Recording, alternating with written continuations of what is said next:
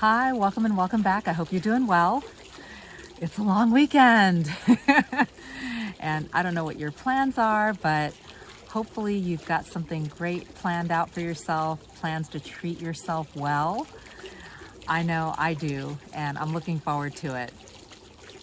I wanted to talk to you about confronting the narcissist. I believe that whether or not or how you confront the narcissist depends on the nature of the relationship.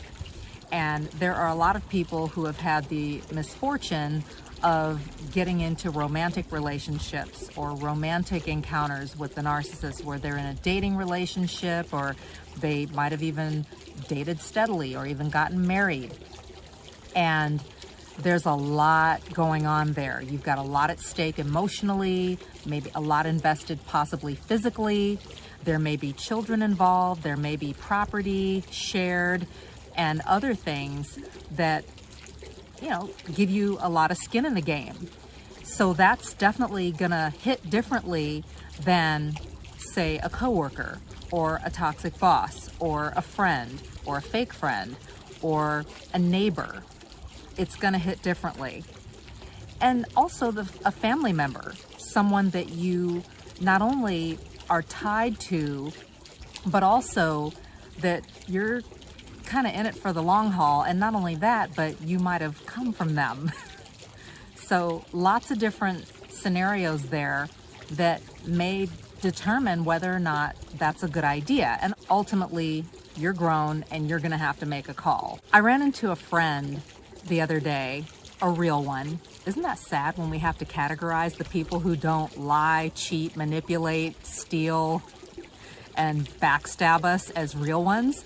But I ran into a real one recently, and we were catching up locally at a store. During the course of our conversation, she had mentioned that a grandiose female narcissist that we both dealt with had come into town, and that she had had the opportunity to be in this person's presence.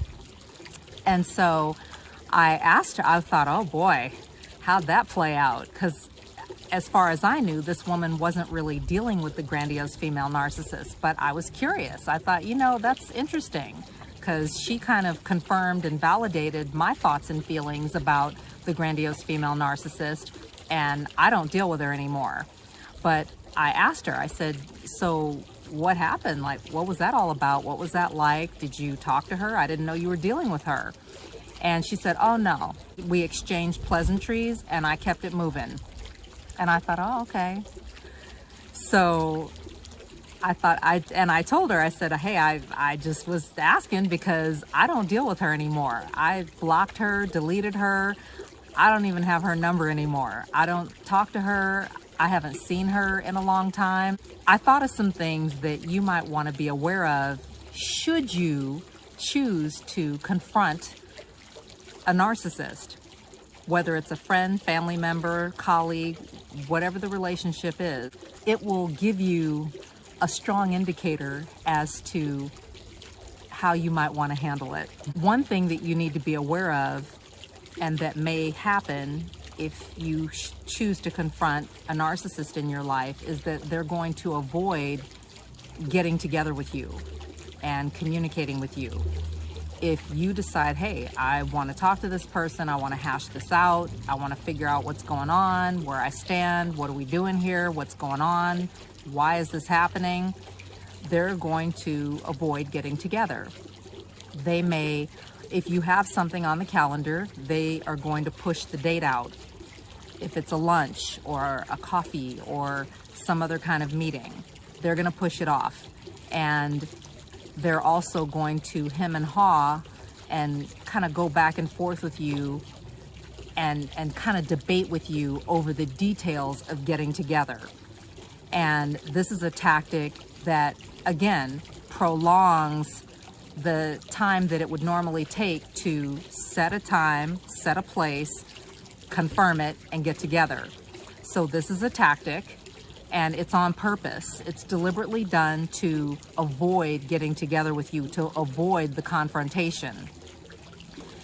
And they also may cancel on you last minute. You may have something booked and think, okay, great, we're ready to go. We're doing this. This is happening. And suddenly at the last minute, the nth hour, the narcissist will contact you in some way,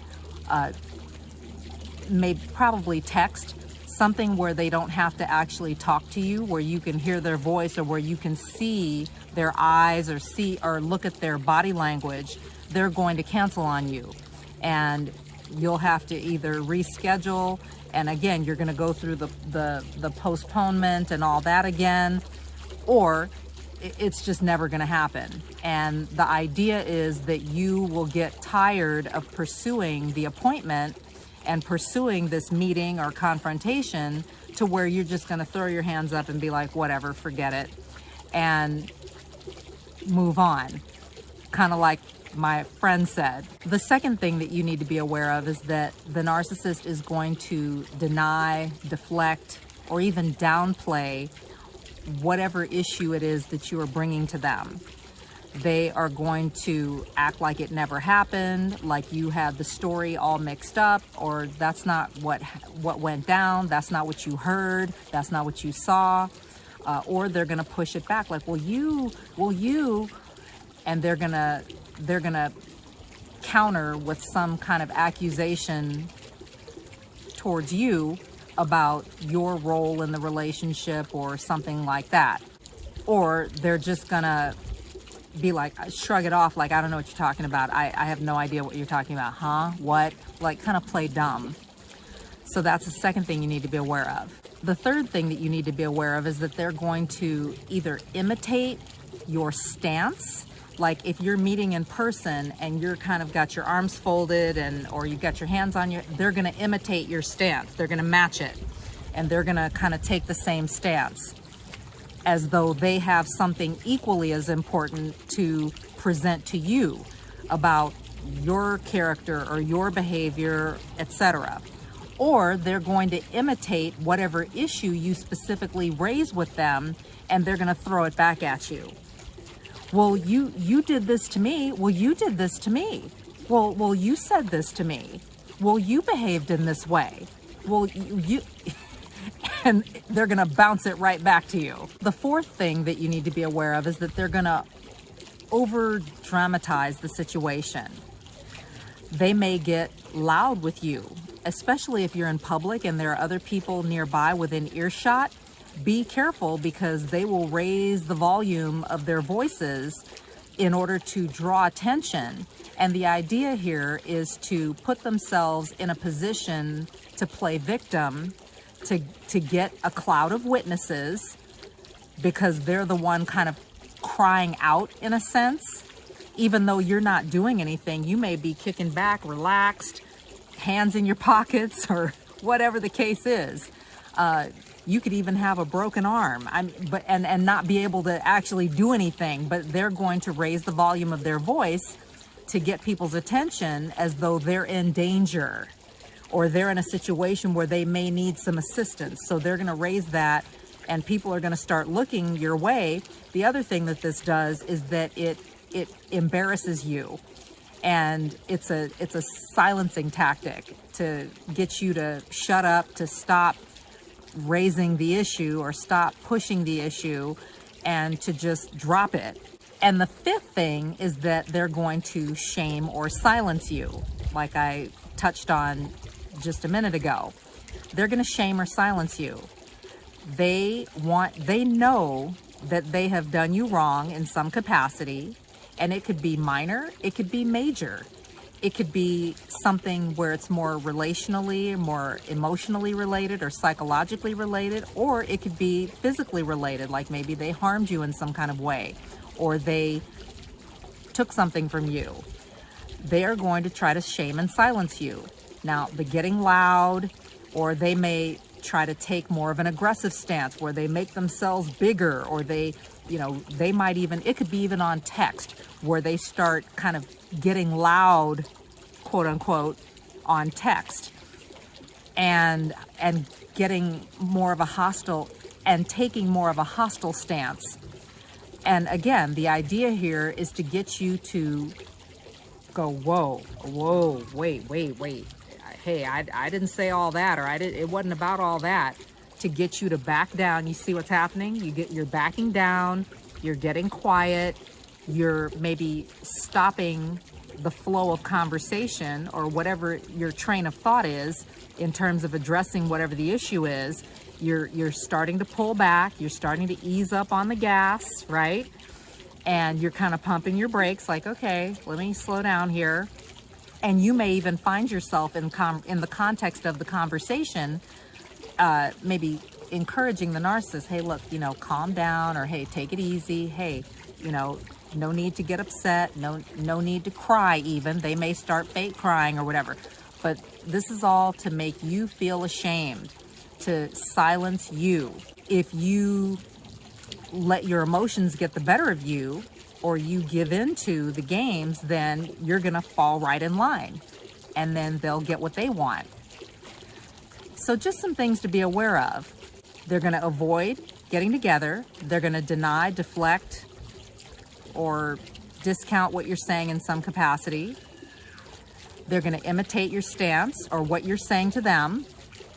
They're gonna over dramatize the situation, and they're gonna shame or silence you. Put those all together, and what do you get? Adios. So now you see why a lot of people recommend that you not confront the narcissist, and like my friend did, you keep it moving. This doesn't give them any room to gaslight you, to manipulate you, to lie to you, or to shame you, or anything like that. You've already been through enough. So ultimately, as I mentioned, you're grown. And I myself have done both. I have confronted, and I've also kept it moving. You're gonna have to do what's best for you in your situation, but for the sake of your health and well-being, I think in general, a good rule of thumb is adios. And you don't even have to say it out loud. You can just be about it and keep it moving. Do you confront the narcissist, or do you keep it moving? Comment below. I'd love to hear your response. And let's talk about this. And if you did confront the narcissist, how did that play out? Confronting the narcissist can be a tricky business. It can be messy, and it can really mess with you emotionally and psychologically, and it can have negative effects on your health and well-being. It can be stressful, it can get you angry, and it can also get you discouraged or depressed, depending on the nature of the relationship and the nature of the confrontation. Ultimately, you have to make a decision that you're going to be able to live with. But in being true to yourself and putting yourself first, you should definitely consider doing whatever you need to do to protect your health and well-being. Oftentimes that means just saying adios to the narcissist and keeping it moving and not bothering with the confrontation. You're not alone, and you're not crazy. Know who you're dealing with, know who you are. Take care, and I'll talk to you soon. Bye-bye.